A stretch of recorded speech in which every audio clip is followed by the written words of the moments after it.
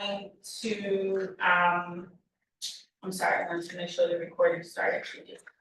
And so we are going to be talking about tech or a tech social work today. And we have our guest speaker, Dr. Marina Badillo Diaz with us. She is also a licensed clinical social worker. And she will be giving us some insights into this side of social work that she has been dibbling and dabbling in as well. And so when it comes to just the premise behind why we decided to start this guest lecture series is because sometimes social workers aren't aware of the varying avenues that are available to us.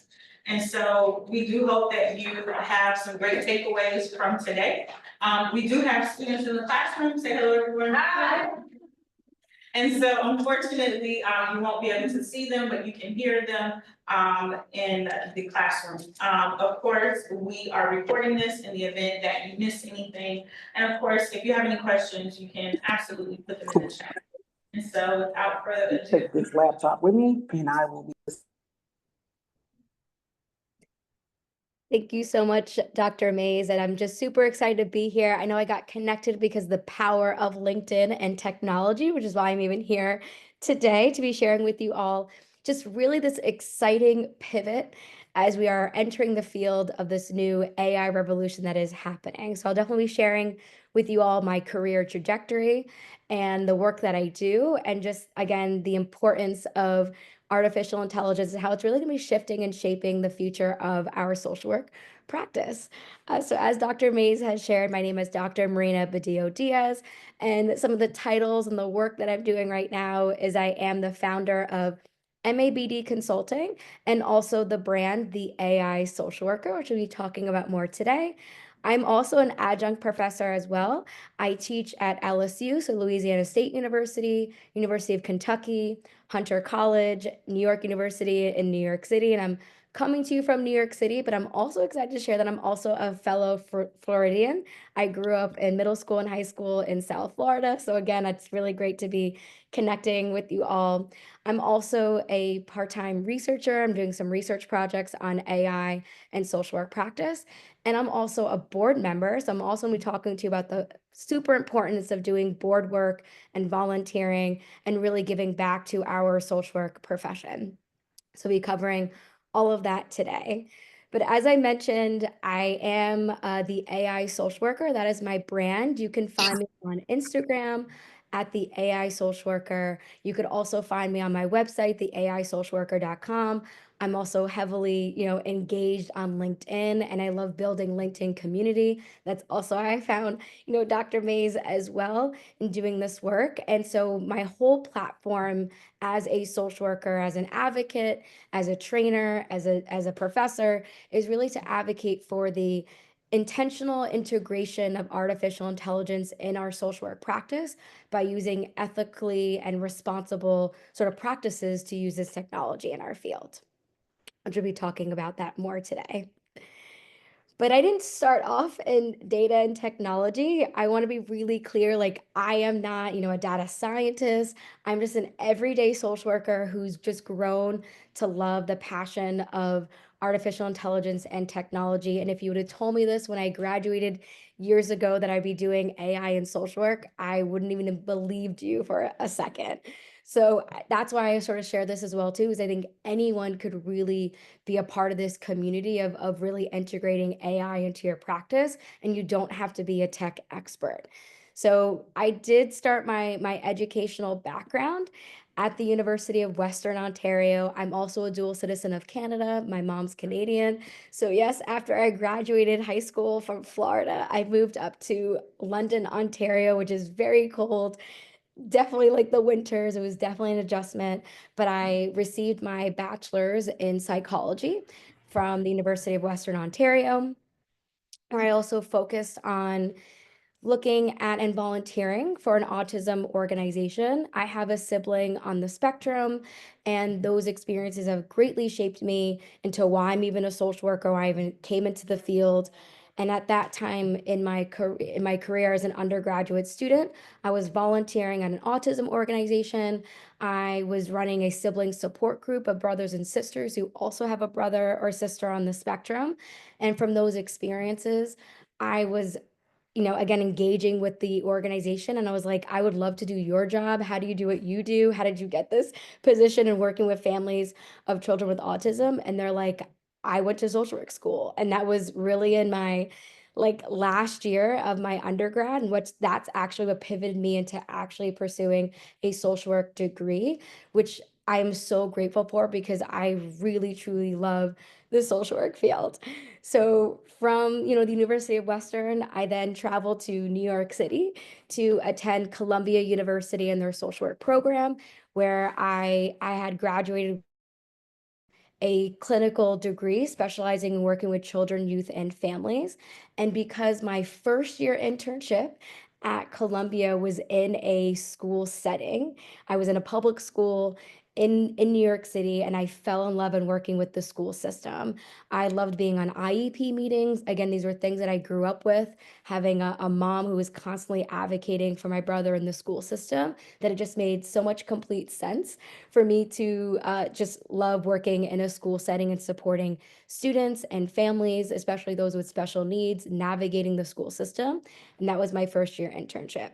My second year internship was in a community mental health setting, again, really pivotal in the early stages of my MSW program, where that also led me to getting hired as a community clinical mental health like social worker, where I was working in that field for a couple years before moving into the school system, which I'll talk to you a little bit more about. But that was my experience at Columbia with my 2 placements. As I've also sort of ventured in my career, I've continued my training. I attended Smith College in their postgraduate supervision clinical supervisory program, which was completely amazing to learn more about clinical supervision, how to teach, how to support other social workers in the field through our clinical supervision framework. And then I attended New York University in 2018 to pursue my doctoral degree in social work, where I was focusing on charter school social work practice. But as you heard here, none of this involved tech, none of this involved AI. And I'm going to share with you all my journey into AI. But I really wanted to ground you all in my educational background, which really has been grounded in clinical social work, direct practice with families and children, and working in the school system. And that sort of has led to some key milestones in my sort of my career.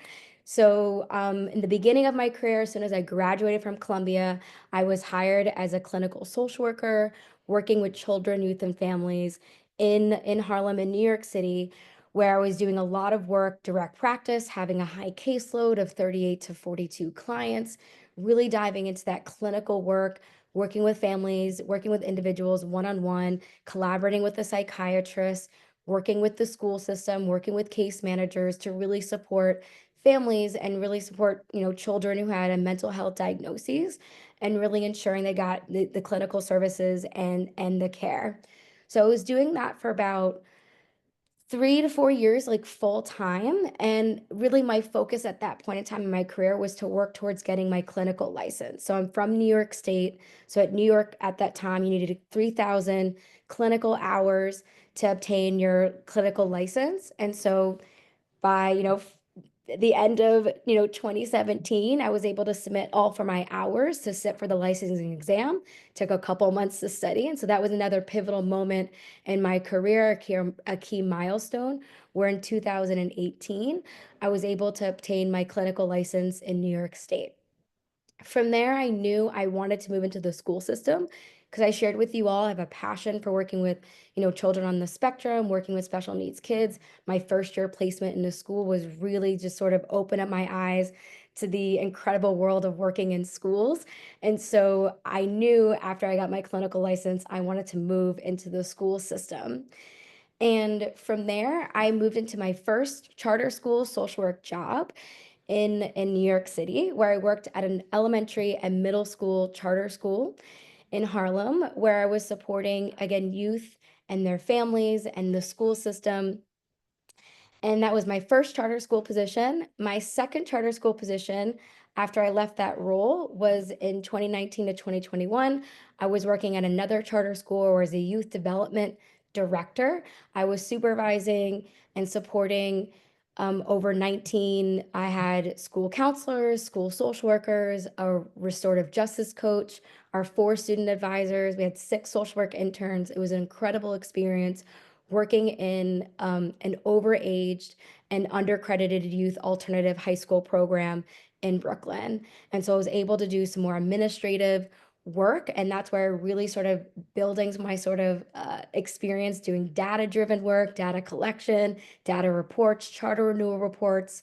And so this is where I think my love of data, but also just seeing how valuable technology could be to my practice as an administrator and social worker.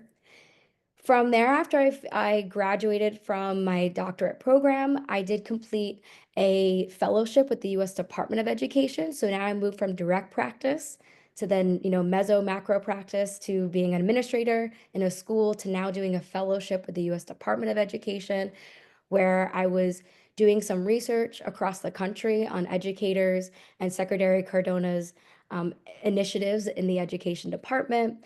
I was also a grant reviewer for multi-million-dollar grants at the US Department of Education.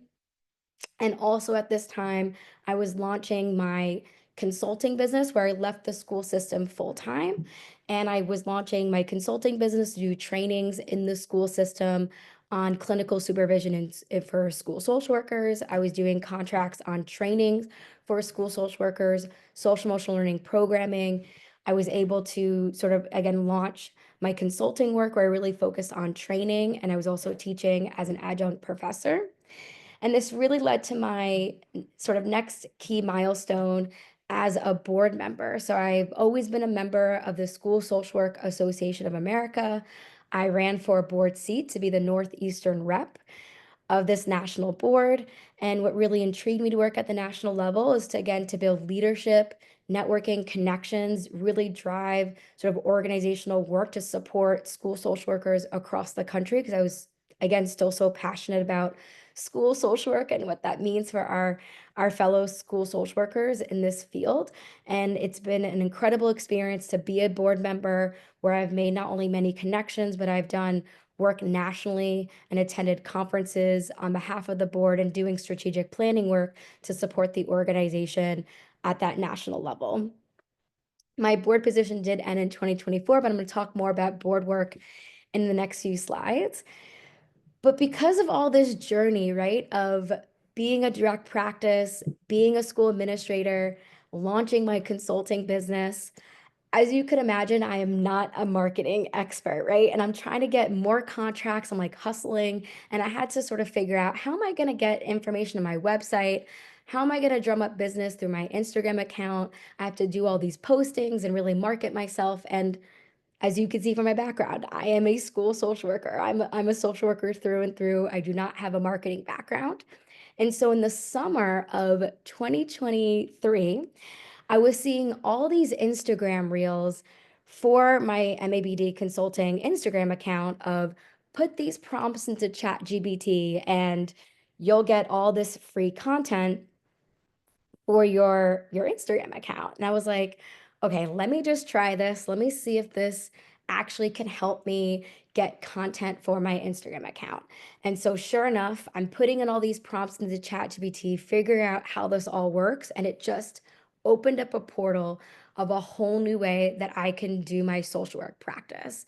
And so for me, the integration of AI was so pivotal that summer that I started to not only use ChatGPT to help me write content for my Instagram account and my website, but because I had a school social work contract doing social emotional learning programming, I was using it to help me write SEL lessons for my high school students. I was using it to help my clinical supervision by developing questions, deepening the questions for my clinical supervision. I was using it as a professor and a trainer to help come up with learning objectives, outlines for my training sessions, that I was really just sort of incorporating all this technology, just sort of using it as a personal assistant to help me.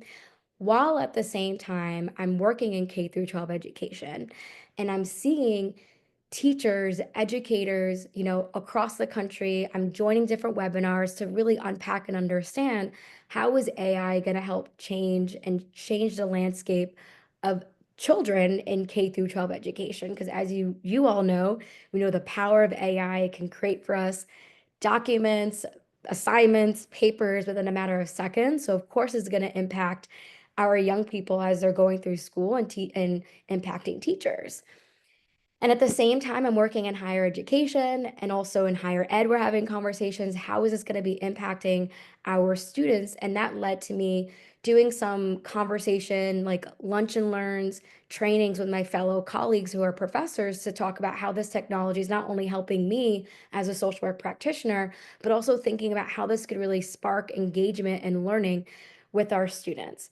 And so that was really the work I was doing in the fall of 2023, which led to my launch of the AI social worker, the brand, in January 2024. So that was last year in June, where I launched a blog, the AI social worker, where I was sharing free resources and information to my fellow social workers in the field to really think about how this technology is going to be impacting us both, our everyday practice, but also in our MSW programs or DSW programs or BSW programs, and really wanting to just share knowledge, share resources, build community, which led to my Instagram account launching in April of last year, which led to the launch of the website, theaisocialworker.com, in August, where I have a free prompt library for social workers with over 30 different prompts across meso, micro, macro practice to really integrate AI and how to use this technology in your everyday practice while also using it ethically and responsibly. And that's really been sort of my platform now as a social worker, where you saw my whole career has not been in data and technology, but now it has completely pivoted me, and I'm doing advocacy work, I'm doing trainings. I presented at the NASW last summer. I presented and I've done trainings for over 3,000 social workers across the US and Canada. I've been now working with the Canadian Association of Social Work. I'm actually attending a symposium in Montreal next week. And I've really been, again, in this sort of space of how can we support the field with this change and transition, with supporting with policy, but also supporting our students, who you all are the upcoming, right, of the field of how to use this technology, again, ethically and responsibly in your practice. So I know I shared a lot about the journey and trajectory of my field, but just know this is not, success overnight. This has been a journey and a process. And I know, I truly feel like social work is a calling. It is just in your, like, just your purpose, right, of why you do what you do, and it's aligned with, again, the values that you have, and I am no different from that. And so for me, I entered the field of social work because I really truly wanted to support families and children. I want to support the community service, and being of service has always been a part of my ethical values, but that has also been challenged throughout the years. And I know one of the biggest challenges of being a social worker in our field is because, we can see unethical practices happening around us. And I did not work for a social work organization as a charter school social work, right? Charter schools are very political arenas. You are sometimes the only school social worker in a charter school. You are working with other disciplines, other fields like school administrators, teachers. And these are not folks who understand social work practice. And so when I was working in the charter school system, I was seeing firsthand so many unethical things happening, the just sort of policing of Black and brown bodies of our students. We had extremely very punitive discipline systems, where I remember when my first days working in a charter school, every teacher had a barcode and a scanner, and they were scanning into a demerit system if a student wasn't quiet in the hallways, they didn't have six pencils on their desk, they didn't complete their homework, or they didn't have the right school uniform on, they were missing black shoes, like just all throughout the day, students are just getting dinged into this demerit system and getting automatic detentions and automatic suspensions. And it was not only extremely disheartening to see that as a social worker, but it was just disheartening to see that my adult colleagues around me, I felt like were just drinking the Kool-Aid of this sort of punitive discipline system. So for me, I think that was really one of the biggest challenges early on in my career that I was seeing happening right before my eyes. And how can I, as a school social worker, advocate for changes in policy? How can I advocate to move the needle from being from a punitive discipline system to a restorative justice discipline system? And so that was really the heavy part of my work over the 3.5, 4 years that I was in my first charter school, of really helping be a key player in supporting the charter school and becoming a restorative justice school, changing policies to our discipline system, really helping rework our family handbook, and really working with my colleagues and doing trainings on anti-racism, restorative justice practices, working and aligning and collaborating with the dean, collaborating with the school administration, and also with the families and the students, to build a peer mediation program and to really think about how we could do school a bit different to ensure that our students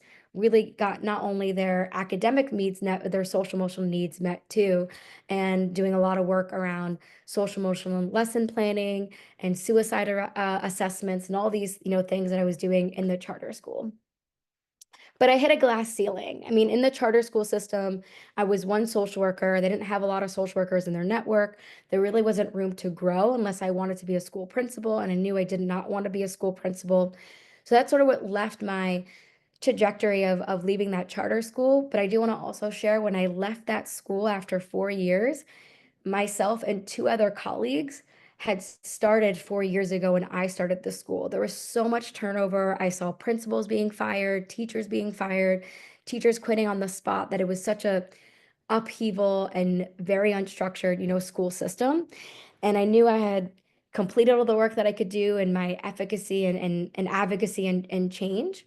And so from there, I moved to another charter school system, which I had the opportunity to build in leadership, to have that youth development director role. But as you can imagine, I started that role in 2019. I was in that role during COVID, during the shutdown, where our school went from being, in person to being online. I was also doing my doctoral program online, sorry, in person, then that went online. I was teaching as a professor for the first time in person in that spring 2020, and then that also went online.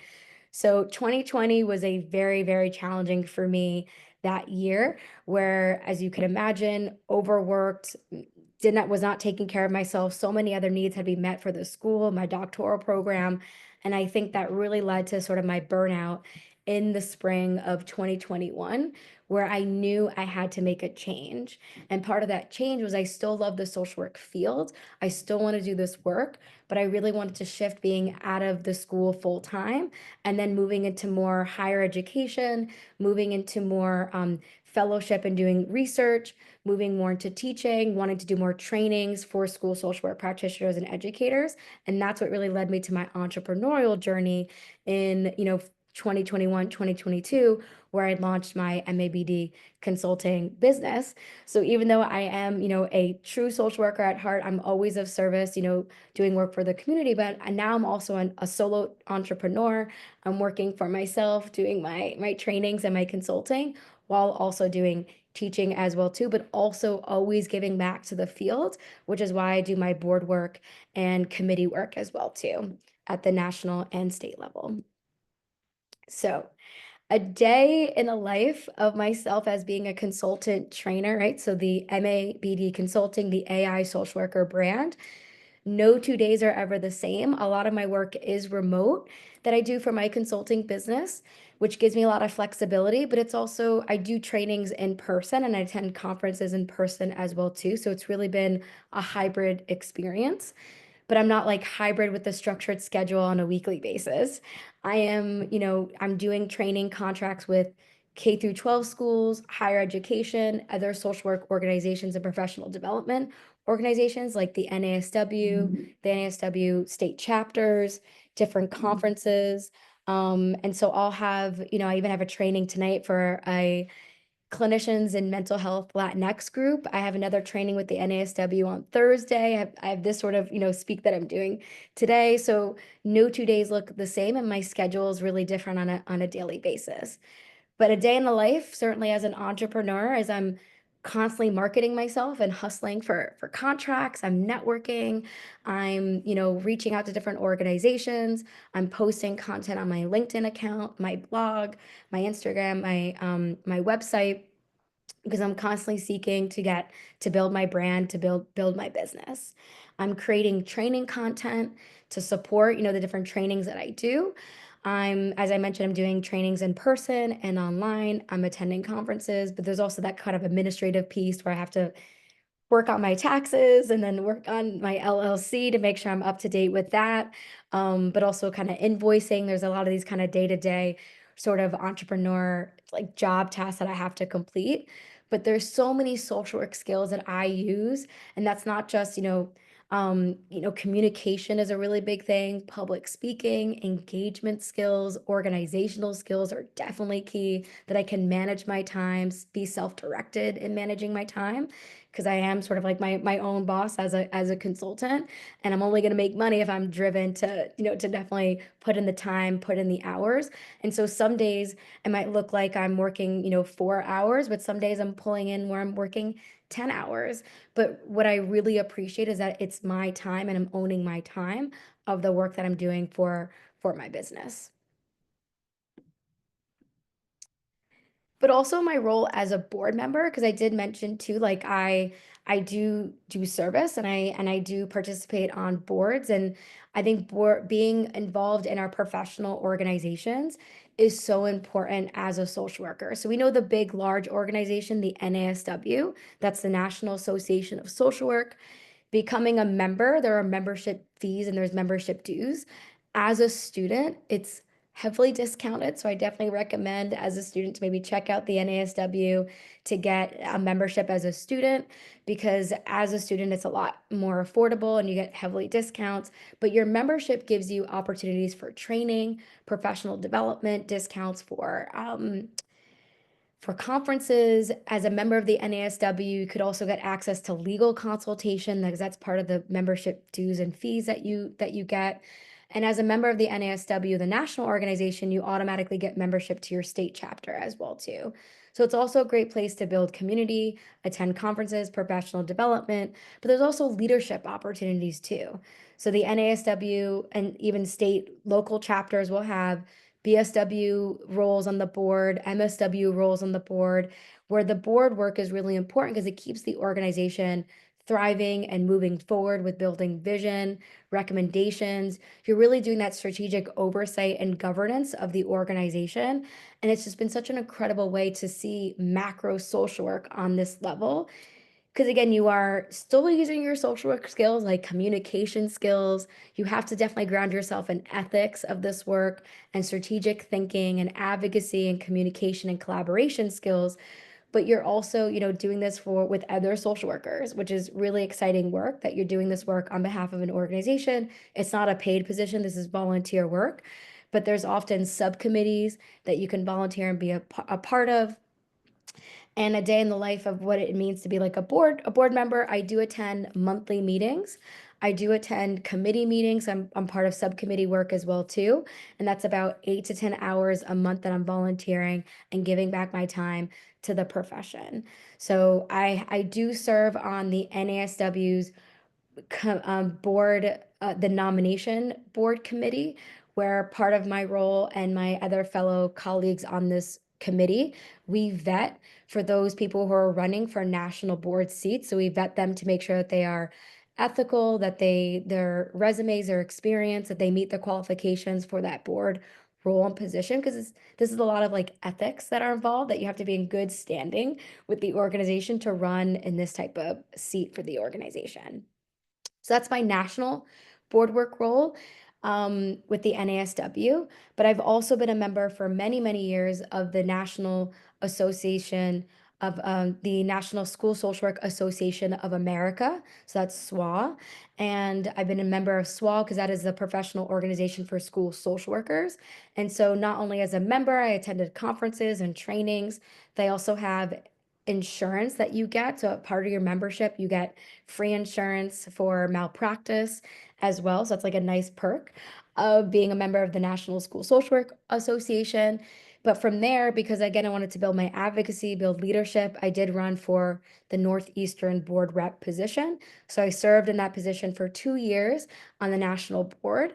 And then now I'm part of the standards and practice subcommittee, where I meet with the subcommittee once a month to develop toolkits and practitioner sort of information on best practices in school social work for our members. So I love board work. I think it's a great way to volunteer and give back. But even as somebody who's new in the field, it's a great way to build leadership, networking. They're always looking for new people to volunteer and be a part of these organizations. And I've just had incredible experiences, doing this work. But I do want to also share, even though I'm not in direct practice as a school social worker anymore, I do school social work consulting. So I am in schools. I have some contracts in New York City, but also in some schools in Maryland. But the day of life of a school social worker, because I was a school social worker for 8 years, absolutely loved it. Where again, no 2 days were ever the same. Your focus as a school social worker is to really provide supportive services for students and families to ensure the academic success of students. Because this is an educational setting, academics and academic success is really important. But we all know as school social work practitioners that the foundation of doing well academically means your hierarchy of needs are met. And that means your social emotional needs too. So I feel like a lot of the work as a school social worker is you're doing counseling services for students who have disabilities and have IEPs, which is individual education plans, where they're mandated to see you in counseling sessions because of the services that they need in school, but also at-risk students who we know that just have just general, just sort of risky behavior, whether it's academic, social, emotional, that they need sort of additional support. You're doing individual counseling, group counseling, crisis assessments.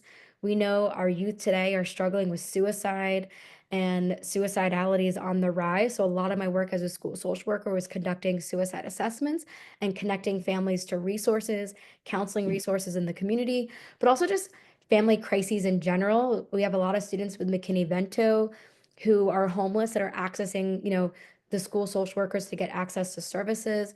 Attendance needs are quite needy in the school system. We have a lot of students who are not connected to school and chronically absent. So a part of my work also as a school social worker was to connect students to school and work with attendance plans to support students getting into the schools and their families. Also doing crisis assessment for child abuse and child welfare will be part of my role as well too. But also I'm part of the school community. I'm attending staff meetings, staff trainings. I'm attending IEP meetings, grade team meetings, right? Because I'm part of the school community. I also have like school duties where I'm like monitoring breakfast in the morning to make sure kids are coming in, they're seated down for breakfast. I'm kind of just generally making sure everyone is, following, general expectations and rules and safety, right? Because when you're a school social worker, you wear so many different hats.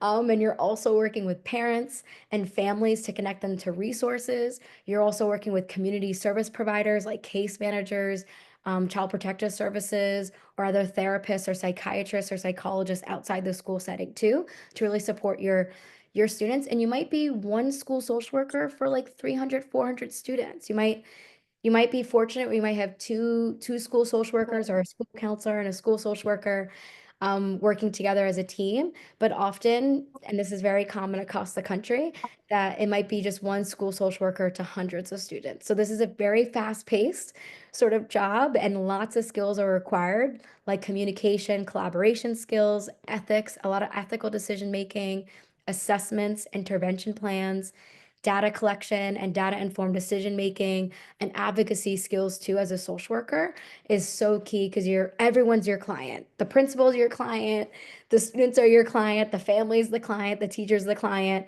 and you really are supporting a community milieu, which is what I loved about this work, and which is why I still am engaged in school social work practice, and even now bridging AI in school social work practice, because I see a huge opportunity with AI and school social work practice that this could really help alleviate burnout when you use AI as a tool to support with a lot of these administrative tasks, so that school social workers can use AI, be trained to use AI like ChatGPT and School Magic as a tool, so they could spend less time doing those administrative tasks and more time doing that kind of student facing work in the schools, which is a lot of my trainings that I do for school social workers.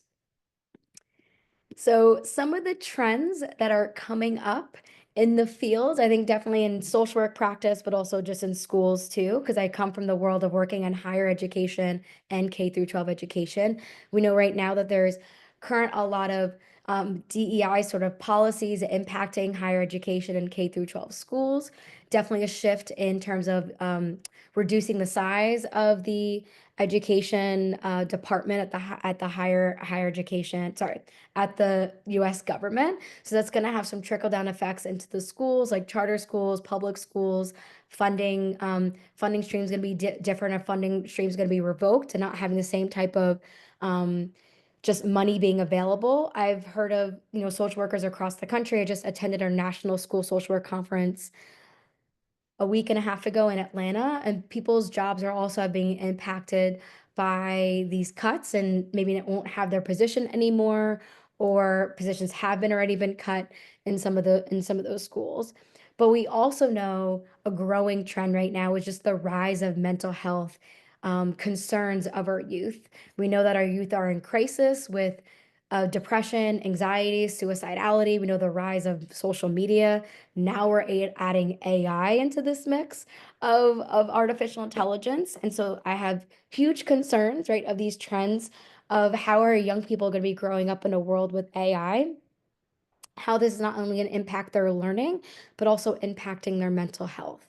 So again, I know, we know social media has negative sort of impacts on youth mental health, and we know AI has an opportunity to provide so much misinformation that we could just now create at the top of in a few seconds. So I imagine our young people are going to be growing up with a lot of misinformation, harmful information because of artificial intelligence. We already know that there's chat bots out there like Character AI.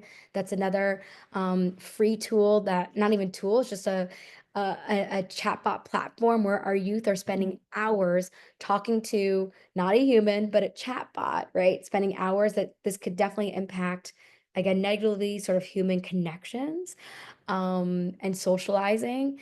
And I also see tech for good, right? But there's also tech for bad, right? So I'm a big advocate for AI, but we have to also acknowledge some of the concerns this is going to have on the developing brain, especially for vulnerable populations like young people, also young people with mental health sort of challenges, but also too that AI could also be seen as a tool to help with accessibility. I think a lot of our neurodiverse students who struggle with comprehension, reading, writing, that AI could be revolutionary in helping them access course material, helping them access right information, be able to differentiate sort of information that they're learning in school to be really tailored to what they need. So I'm seeing sort of lots of discussion in the education field of sort of how AI could be used for good, but also these other growing concerns too, and as a social worker that I deeply, deeply care about.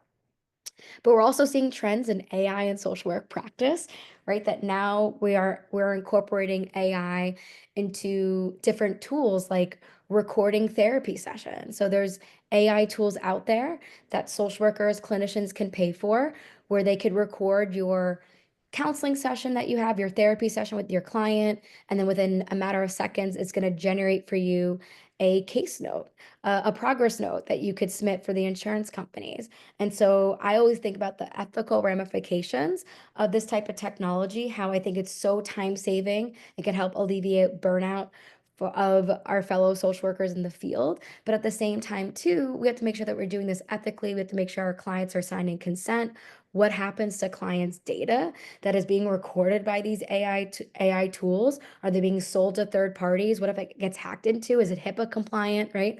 There's all these tools out there. So a big part of my platform is not only researching tools that are under ethical guidance and are HIPAA compliant, but also raising awareness of how to use these tools ethically and responsibly as well too.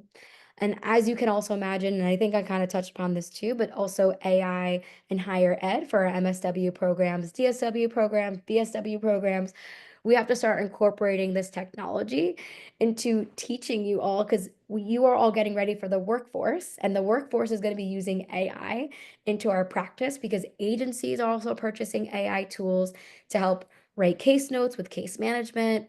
Also, agencies are, you know, supervisors are also using this to support with trainings and supervision. You know, clinicians are also using AI to support with making decisions around interventions, helping them sort of brainstorm different ideas for their sessions and clinical work. I mean, there's so many ways that AI could be used in social work practice, and we have to ensure that you all are learning not only how to use these tools, but how to use them ethically, responsibly, and not over relying on them, especially as you're learning, because you do need expertise and knowledge to discern whatever is generated by these AI tools. Is this accurate? Does this have bias? You need to use your professional judgment and expertise, which means you have to use your knowledge that you're using from your classes and your internship experiences so that you could use AI responsibly and reduce, you know, risk of using these tools as well too. Because again, you can only use it as a tool. I cannot replace you as a social worker and a social work practitioner. You have to use these tools, use these AI technologies as a tool for your practice. So, oh, I know I also went over the trends, but I know this session is really focused on technology. And so for me, my platform about AI is really thinking about how can we upskill the current workforce? So there's a whole field of social workers right now who are working in the field that have to learn about artificial intelligence and AI literacy, which is understanding how these AI tools work, but also integrating it into their everyday practice as a social worker, right? So there's a lot of skill building that's needed for those practitioners in the field, and also skill building that's needed for those who are in our MSW programs in our schools and our programs, so they could also, that you could use it responsibly and ethically as well too. So I think there's a huge need for training on ethics, responsible use, risk management, and really understanding how this is also going to be impacting our most vulnerable and marginalized communities. So as I mentioned before, I am very concerned about how youth are going to be impacted by artificial intelligence, but also too, like, we know, you know, deep fakes, which is where you could take an image of anyone and you can create it into pornographic images, pornographic videos. We know overwhelmingly that there's now a ton of child pornography because of AI and artificial intelligence.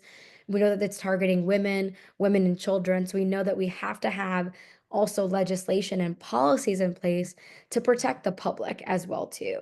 So a big part of my advocacy as well is, and this is again why I'm so grateful being a social worker, because we're trained to think about the different areas and aspects of our society, and not just thinking about, you know, white privileged educated few. We're thinking about all humans, right? Though especially those that are marginalized and vulnerable, our communities of color who have been historically harmed by technology, that we are at the forefront raising concerns, raising advocacy, and also advocating for legislation and policy.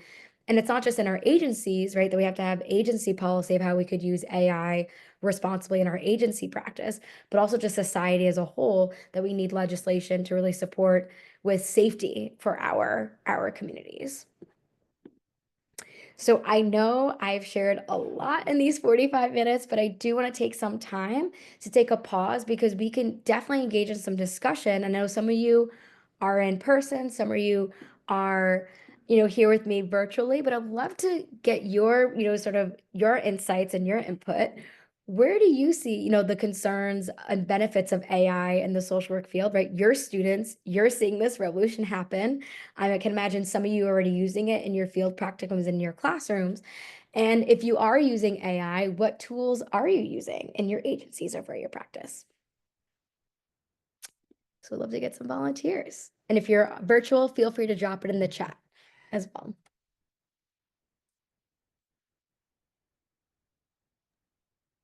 I know that there's some concerns about it not being, and this isn't necessarily, about its use on water, and so that could, and something about the environment and its use on water, and the water cools down the computer systems for AI intelligence, so it negatively impacts the environment. So potentially knowing what areas of the environment that we know that it's negatively impacting. Yes, I'm so glad you raised this because it's exactly what I bring up in my trainings too, as part of, again, being a consumer of using, and it's not just AI. I want to also emphasize that too. Anytime that you use anything, data apps, like if you're using Spotify for streaming, if you are using online banking, if you're using a Google search, all of that data is warehoused in these warehouses, just like you said, where in order to keep that data cooled, not overheated, they have to cool it with water. So there is absolutely an environmental impact anytime that we're using technologies, not just AI, but AI is certainly rising in the field, and that's also what's contributing now to, the use of water, and using water. And they're doing some studies too where they're finding that even AI, like they're comparing a simple Google search to versus an AI search, and AI is using more water than a simple Google search. So us as a consumer, us as practitioners, because we care about ethics, you do want to think about what is my carbon footprint if I'm going to choose to use these tools. And just know AI is already embedded in everything that we're using, right? If you're using Siri, if you're using, Alexa, if you're going on social media, that's all using AI technology. So AI is already all around us. So we have to sort of think about that too. What is our carbon footprint? How can we offset our carbon footprint if you're going to choose to use these technologies? So thank you so much for raising that in the class. And I do see Penny has a hand. So Penny, please share. Good afternoon. Can you hear me? Yes, we can. Okay, well, thank you. Thank you, Dr. Mays, for this wonderful presentation. Thank you, Dr. Marina. I am a professor of social work in higher ed, Mhm. and this has just really been wonderful that you are pioneering. Dr. Marina, this is wonderful.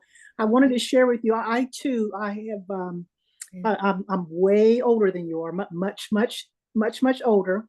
And when I was in graduate school, we didn't even have email. That's how old I am. But I wanted to say that I am pressing into this AI Mm. knowledge and information and the importance for teaching the students. And it's just ironic.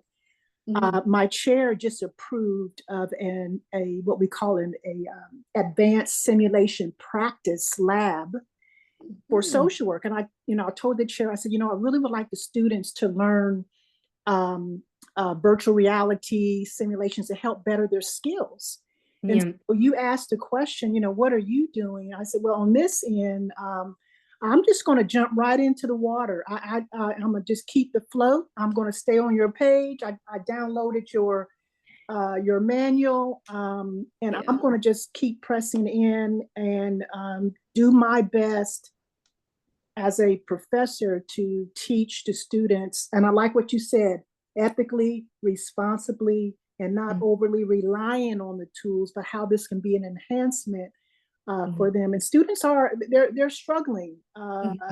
doing role plays, and it's challenging for them to do interviews and assessments and so forth. And so I believe using these simulations, and also from a macro perspective, I teach macro, the Mhm. virtual reality, I'm going to have them use the virtual reality, I don't know what they're called, the goggles, and they have to do window surveys, have to go out in the community, Mhm. do assessments and look at the disparities within the community. So they don't have to actually drive, because they were doing windshield surveys. Now they can just do it right in the classroom. So I'm excited. I know with every generation, with every upgrade of technology, there's always something. I Yeah. mean, always. But I like what you said, ethically, responsibly, and I think that's my forefront. So I just want to thank you. You're pioneering something great, and I'm right on your coattail. Whatever you leave, whatever you put out, I'm going to use and definitely be privy to the information. So thank you. Thank you. No, and I appreciate, again, you've been in this field for quite some time. You've seen the revolutions of the internet. And I remember speaking with some social workers too, like it was so daunting to think about going from paper charts to electronic health records. And they were like, that's never going to be a thing. We can never move from doing, records on writing and documents to now this being electronic. And now we can't even imagine a world without social work and the internet and electronic health records and doing this work, with the use of the internet. And I think right now we're definitely on a new wave of technology. This technology is here to stay, Penny. I appreciate, your pivot and being open about this technology and seeing where this could go, but also recognizing too, like us professors, we have a responsibility you all are the future of our profession, and we have to set you up for success. And part of that too, just like, Dr. Mays is having this, this talk today is really thinking about how can we prepare you all to use this technology? Because I know another real fear that comes up, and understandably so, is we're talking about, artificial intelligence and the capacity of what these tools can do. Will social workers be replaced by artificial intelligence? And I just want to also emphasize, we are not the only field who's grappling with this question and this concern. Teachers, the same way in K through 12 education, is grappling with this. Lawyers, like all healthcare workers, right? Everyone is sort of in this lay of the land of how are we going to navigate the future world of our work.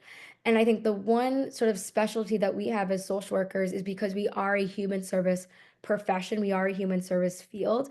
I think there's going to be aspects of our job that will be integrated with artificial intelligence.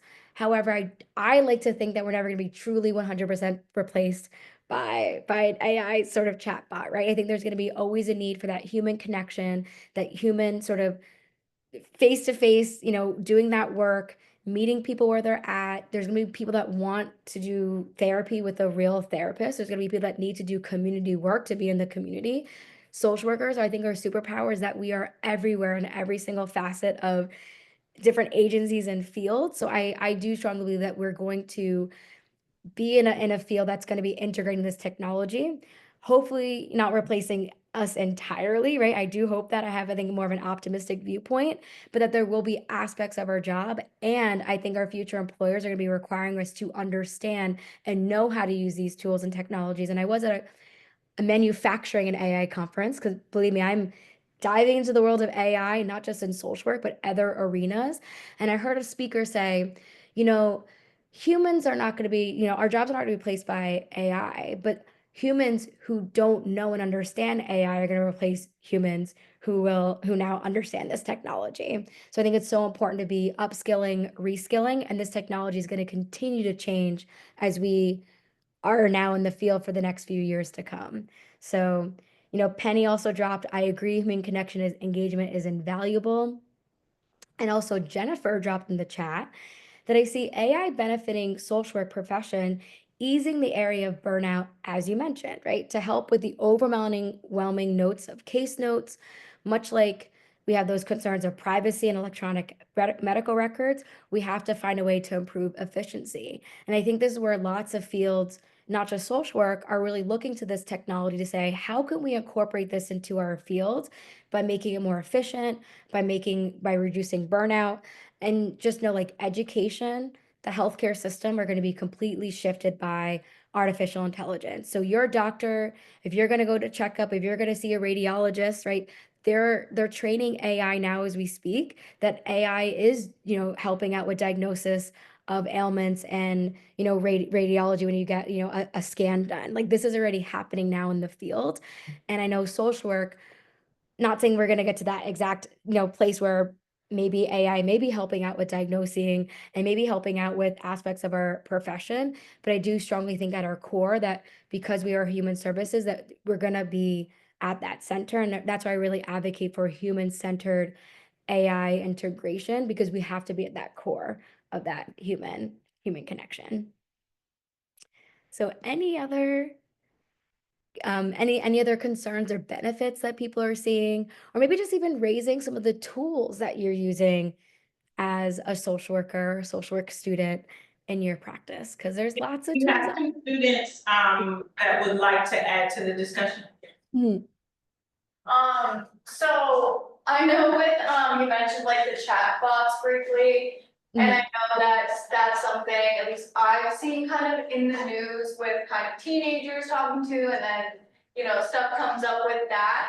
I had an intake that's, they were kind of dealing with some isolation, some social anxiety, and that was one of the tools they said that they use, was to talk to the chat bot, which obviously might not be a good thing. As we mentioned, human connection is really important. So how do you kind of discuss, I guess, the risks of AI or the chatbots to kind of kids and teenagers and kind of that age range?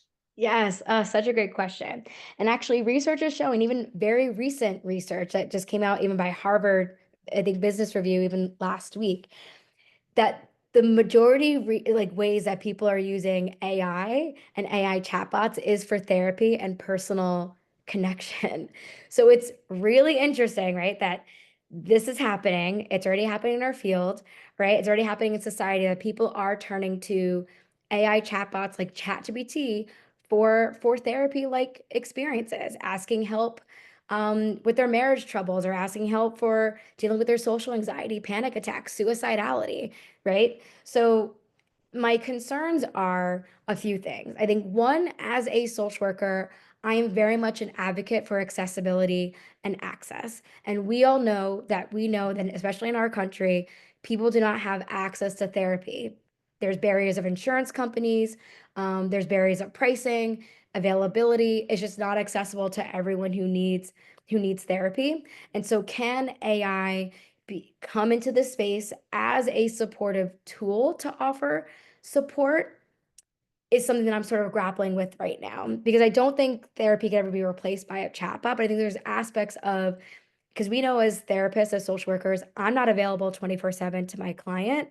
Can my client use an AI chatbot outside of the therapy experience if they're having a panic attack in the middle of the night, or they have insomnia, or they're struggling with, a relationship issue? Can they turn to a chatbot to get support like that, but not heavily relying it for replacing trauma work? And we know the therapeutic relationship is so important.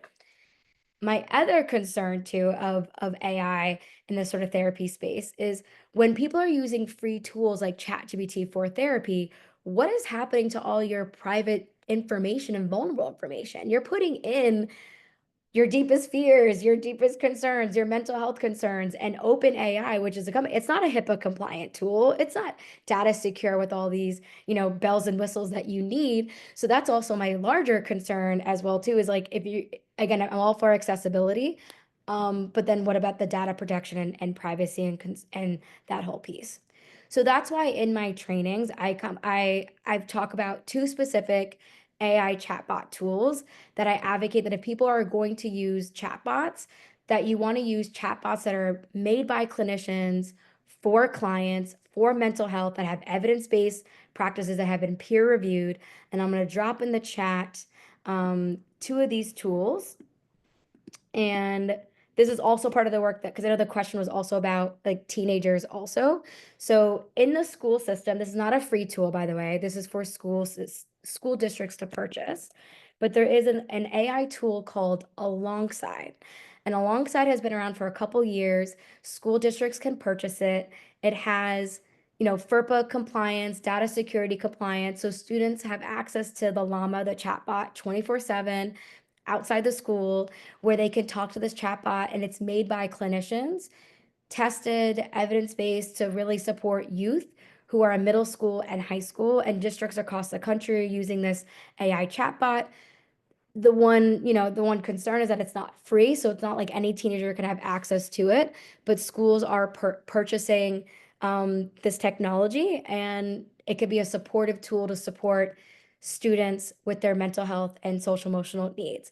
Now, let's say a student is in crisis and they tell the chatbot, like, I'm suicidal or I'm being sexually abused, that the Alongside team alerts the school team in real time, where the school team has to have like a crisis support, team, like the school counseling department, administration, where then they have to then follow up with an in-person, assessment of that student and child to make sure that they are safe, that they get the services and supports that they need.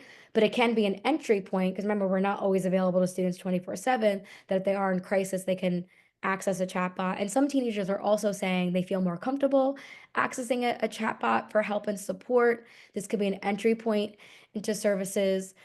And they're finding that they're using it for validating their feelings and solving their problems. That most case scenarios are not reporting being in crisis, but it is just sort of a way of, I think, innovatively using AI technology to support youth and interventions that is data compliant, that is, compliance, data secure, and it has that partnership with the school system, with the crisis team, like the counseling team, to then support students if they're going to be using that app.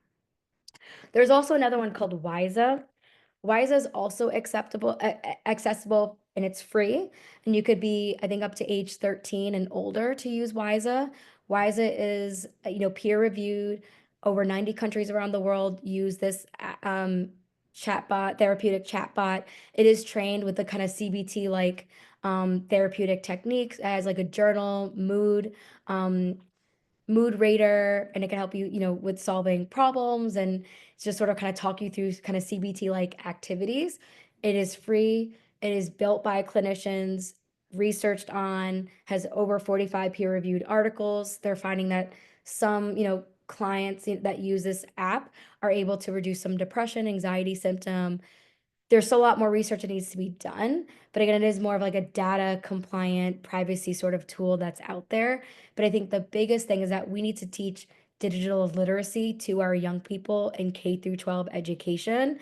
It has to be part of the curriculum that they're learning about AI, they're learning about not just social emotional skills, but also how to navigate misinformation, privacy, safety online. What does it mean to be talking to a chatbot? Because character AI, which I brought up earlier, is accessible for free for teens, and it's not a therapeutic tool. It's not made for therapy. It's not made by clinicians, and it's simply like an entertainment app that youth can get caught up for hours speaking to a chatbot. So we have to raise a lot of awareness in teaching our young people skills and the parents too, as well. This is a group effort because we have to support our parents and also helping monitor and support their youth.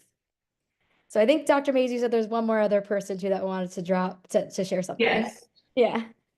Well, you answered my question, about the HIPAA compliance, like what are places that you use? But do you know what can be subpoenaed from AI technology as a therapist, if that makes sense? Yeah, no, great question. So, and this is also going to be dependent on the tools that you're using. And I also want to recognize too, it's like the Wild West right now with these technologies. So legal compliance, this necessarily hasn't fully caught up yet either. So there's a company called Upheal. I'm going to just drop this one in the chat. They've given really good guidance about subpoena and health and progress notes that are generated by AI. So when you use a tool like Upheal, even though Upheal, I say recording your session, it's actually not recording your session and storing it. It's listening to the session, deletes that information right away, so there's no record of it, and it just generates a case note. So you as the social worker, you have to read over that case note, edit it as you see fit, read over it for bias, accuracy, great, because you have your expertise and your knowledge, you know your client best. You have to modify, and this is how you have to use it responsibly and ethically. You can't just like copy and paste and not review the note that's generated. Once you take that note and you enter it into the health record, that is what can be subpoenaed. So even though it was generated by AI and reviewed by you as the mental health practitioner, Upheal wouldn't get subpoenaed. It would be you as the social worker, as the clinician, your record that would be subpoenaed by the courts. Now it gets a little bit of a gray area if you are using tools that are actually recording and storing sessions.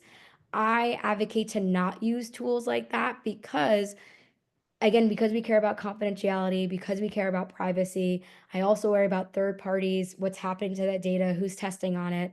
I advocate for using tools like Upheal that will not store and record the therapy session. And so now you have you have that sort of note that could be subpoenaed, but not Upheal will be subpoenaed as a result of that.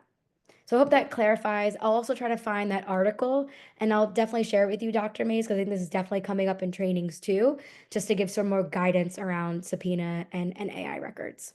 Thank you so much. Thank you. That was a good question. Anyone? All right, no other questions. So Penny raised her hand. Yes, Penny. Okay, I'm sorry, and I apologize, I didn't look at the time. I had a real quick question. Dr. Marina, do you recommend any other activities that this lab, this hub that is being created, we've applied for a grant, Yes. students can do? Just like to know what right now, the only thing that I have in mind is doing simulations, helping students with conducting biopsychosocial assessments. Yes. So I'm actually gonna drop two. So I've worked with some other universities also, and I know CogniTrainer, and I don't know if these are the tools that you are potentially vetting for your grant. So SimuCase, I think I spelled it wrong. Simon SimuCase. Case, yeah. Yeah, that. So that's one of the, and CogniTrainer. So I know schools are kind of using it in different sort of applications. I know from a field perspective of having it being part of like the practicum MSW sort of field class, of having it just as a space to sort of, again, practice, real case scenarios with your clients, help practice with assessments and doing assessments and interviewing as a way that students can have access to this outside of their, advisory class and experience. So that's something we're exploring at Hunter. I've also seen schools use it to support, well, not just biopsychosocial assessments, but conducting like suicide assessments, some of those high risk assessments. So, because we know, and listen, I've been a student too, right? I know we have to start somewhere and practice with real humans because that's going to be the work that you're going to be doing in the field.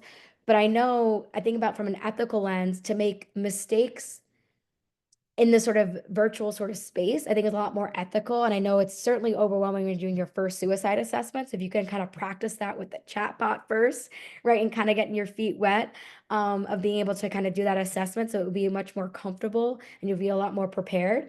I don't know if anything ever really truly prepares you, right, for that when that moment happens. But also I've seen schools use it also for that kind of crisis support too of those assessments as well in that piece. So I hope that helps, Penny. We could definitely offline too and connect outside of this session to chat more and brainstorming for your university too. Thank you so much.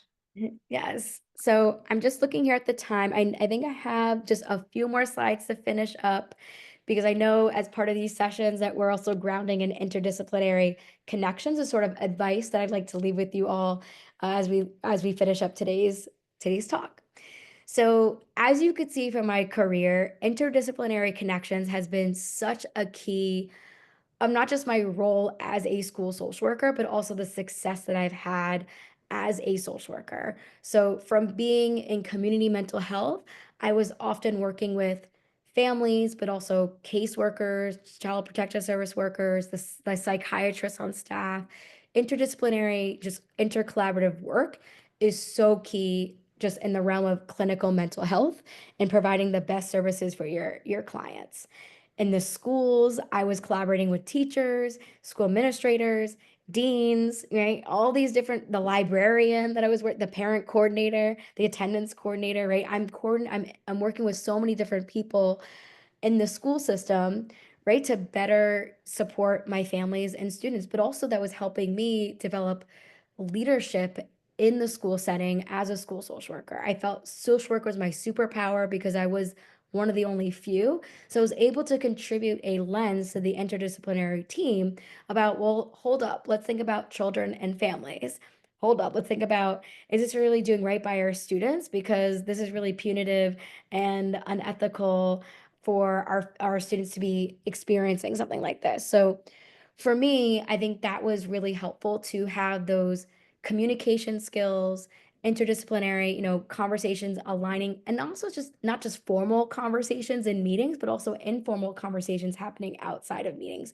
Relationship building is such a key when it comes to interdisciplinary connections, and those have really carried me through my career in terms of my success. But now, even in the AI realm, I'm not just connecting with social workers, I'm connecting with lawyers, I'm connecting with data scientists, I'm connecting with IT specialists, I'm connecting with marketing people who are doing AI and marketing. For me, this has been the part of my learning journey and being as was said kind of earlier, kind of pioneering about AI and social work practice. Because this is so new for our field, I've been turning to other disciplines to better understand how they're also integrating technology into their field. So then kind of bring some of that knowledge and best practices to ours. And I could not contribute my success without really recognizing the importance of interdisciplinary connections, but always at that core, you are using your social work skills and values to really drive those connections, build relationships, communication skills, assessment skills, asking all the right questions, open-ended questions, right? To really build that sort of knowledge and shared, community experience. So interdisciplinary work is definitely a key to your social work practice in your career. And if I can, part any sort of, career advice that I do want to share, because I know I've had very, unique sort of pathways in my career. I've not just done one thing in my career as a social worker. I've been in community mental health, schools, higher ed, now I'm into the solo entrepreneurship sort of arena. But I think if you're going to go into the social work fields, and that's something that, and some of you might be really interested in school social work, I think my advice for you in sort of developing your school social work skills is absolutely crisis intervention, understanding the family youth experiences, and interdisciplinary collaboration, that you have to be willing and open to work with other people that are not social workers, and working in a community setting where social work is not the forefront. People are not focusing on mental health as number one in the schools. It's like passing the exam, state test, like that is the critical need. And so you have to work in partnership with your other fellow colleagues in a school setting. I think developing your social emotional learning programming and understanding SEL and SEL lessons, and doing group work and individual group work for children. Restorative justice practices really building in school. So understanding, mediations, peer mediations, restorative circles, restorative justice circles, community circles. That's a really big part of school social work practice. But also check your state requirements. I did add here to the slide deck the Florida Association of School Social Work that may have guidance on what additional licensures or courses you may need as a school social work. I know in New York State, you have to get licensed as a school social worker, as a social worker. Then to get licensed to work in the public school system, you do not need an LSW, so you don't need a licensed clinical social worker, but you have to have a licensed master social work licensure.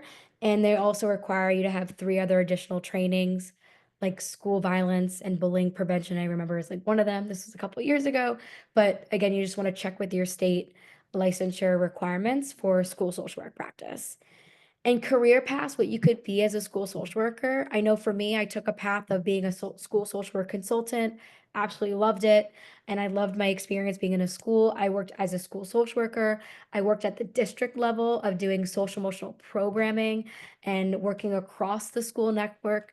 I had a leadership role where I was the school social work, director and youth development director, where I was supervising, a team of school social workers and school counselors.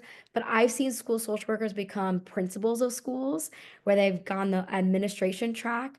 I've seen school social workers become a special education coordinator where they're overseeing all special education services like OT, speech, where they're working with the special education teachers and overseeing compliance and liability for individual education plans. So there's a lot of compliance and legality work, and also managing adults and supporting families in meetings. And so I think that's some of the different pathways that you could take as a school social worker.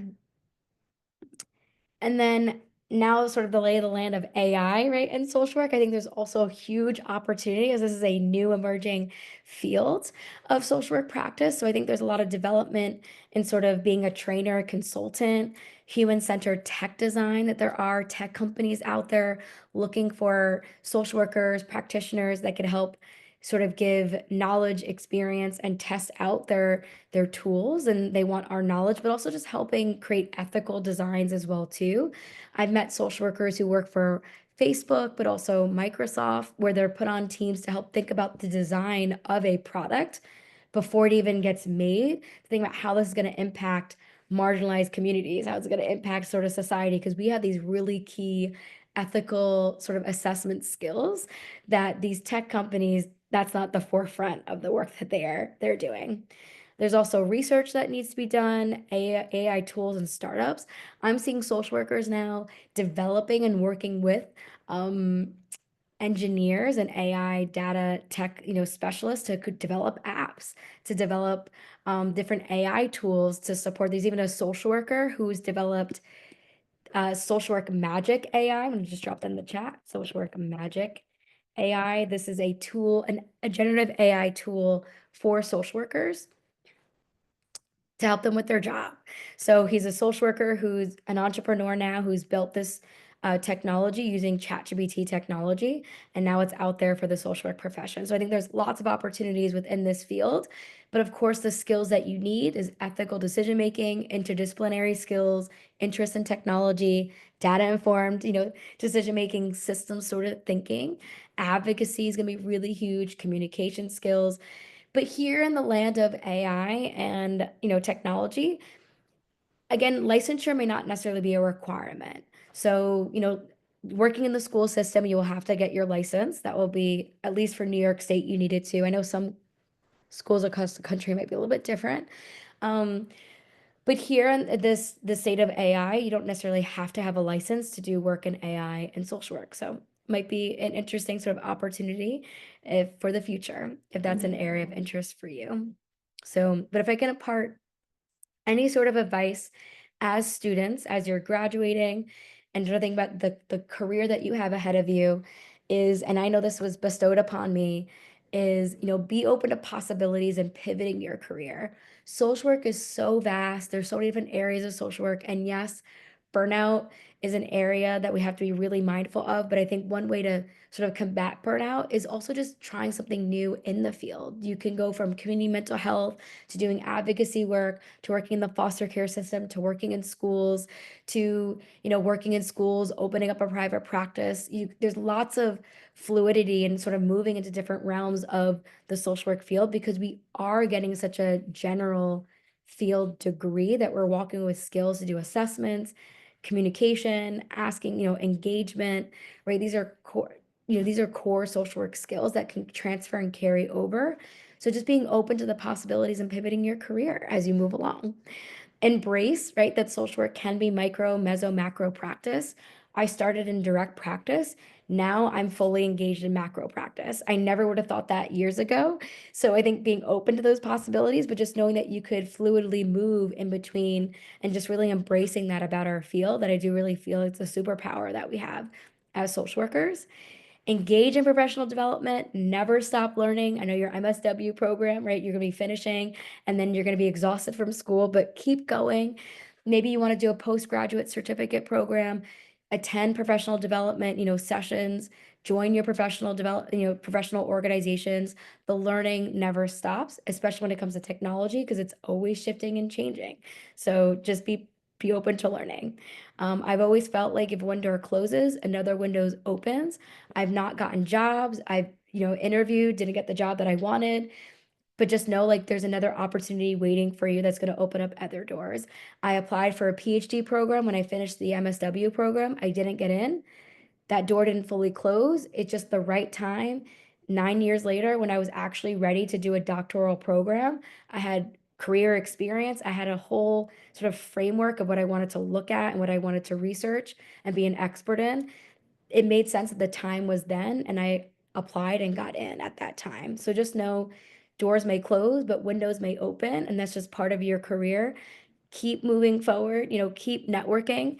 I can't emphasize enough at networking. Networking is such a huge thing, and not just in person, but also in the virtual space like LinkedIn, right? That I'm here today because of LinkedIn, but also you can get jobs through LinkedIn, opportunities, connections. And, networking has given me so many opportunities throughout my career. And I'm grateful to my classmates. I'm grateful to my former colleagues in my agencies that I used to work in, because those connections have opened up doors of possibilities and jobs for me as well too. Engage in self-care. I know I'm preaching to the choir where I really struggle with that in my career. And it's something that I'm actively working on all the time of recovery, recharging, resetting, refueling, doing things that you love outside of social work, but really engaging in self-care, making sure you have a healthy network of people around you in your corner has been pivotal in my career to maintain being in here. And I know I will definitely always remain in the social work field because of these, self-care practices to really bring balance to the life, and also just doing work that I'm really, really passionate about. And I'm always for giving back. That is a core value of mine, but I also feel passionate about giving it forward. This could be joining your NASW local chapter, national organization. It could mean just getting SIFI certified and getting an intern from a school. And I've been a SIFI certified and had interns for over 9 years in my career. I absolutely loved having interns and supervising for the next career of social workers. I'm doing this, session today because I feel so passionately about giving back to the next, generation of social workers. So I hope that you all consider that as well too, as you embark on your careers after you're finished with your studies. So I hope, it was really engaging and meaningful, but I will stay back, for more questions before we close out, because I think we're done at 4. If anyone has any questions about my career, AI, I'm happy to sort of field any questions as we sort of close out in the next 10 minutes. Thank you so much. I think that the students thought that when you opened up for questions Yeah. a little while ago that that was the end. So I don't know if any of the students have any other questions here. Yeah. Okay. Jennifer said, I really enjoyed listening to you speak today. Do you still teach at Silver's MSW program? I do. So I don't teach in their MSW program, but I teach in their postgraduate program. So remember how I mentioned earlier, like never stop your professional development and learning. NYU has multiple postgraduate certificate programs, including a certificate program on child and youth, like adolescent, like there's like a clinical child and adolescent certificate program. I teach a couple classes in that certificate program. I also teach in their clinical school social work program as well too. I teach a module on AI and technology in school social work practice. And they also just launched this spring too, an AI and mental health postgraduate certificate program. So I taught a couple courses for that. So even though I don't teach for the actual MSW program, I'm very much connected to their postgraduate professional development studies. And it's been great. So if you're ever ready in your field to consider a postgraduate program, NYU has a lot of online opportunities to continue and further your education. And please, I know Penny dropped in the chat. I want to definitely share, like, please stay connected. I'm going to drop my LinkedIn and email, but you have my website and you have my Instagram account too, that I'll also drop in the chat. So we could definitely stay connected after today's session. That is my website and my Instagram account, the AI social worker. So you can contact me on Instagram, my website, my email, .com. And also on my website, I have free resources, a guidebook that Penny mentioned earlier, but also a whole free prompt library. And this is all free because I want you all to share it, spread the word, spread best practices. This technology is only growing and changing. And so we have to still be in learning community together to keep pushing the field forward. So thank you again, Dr. Mays, for this opportunity. So thank you so much. We appreciate you, and I will have the recording available. I will make sure that I send it out. And we appreciate you. Thank you for wrapping up our guest lecture series. Thank you so much, everybody. Take care. Thank you, and have a good one. Yes.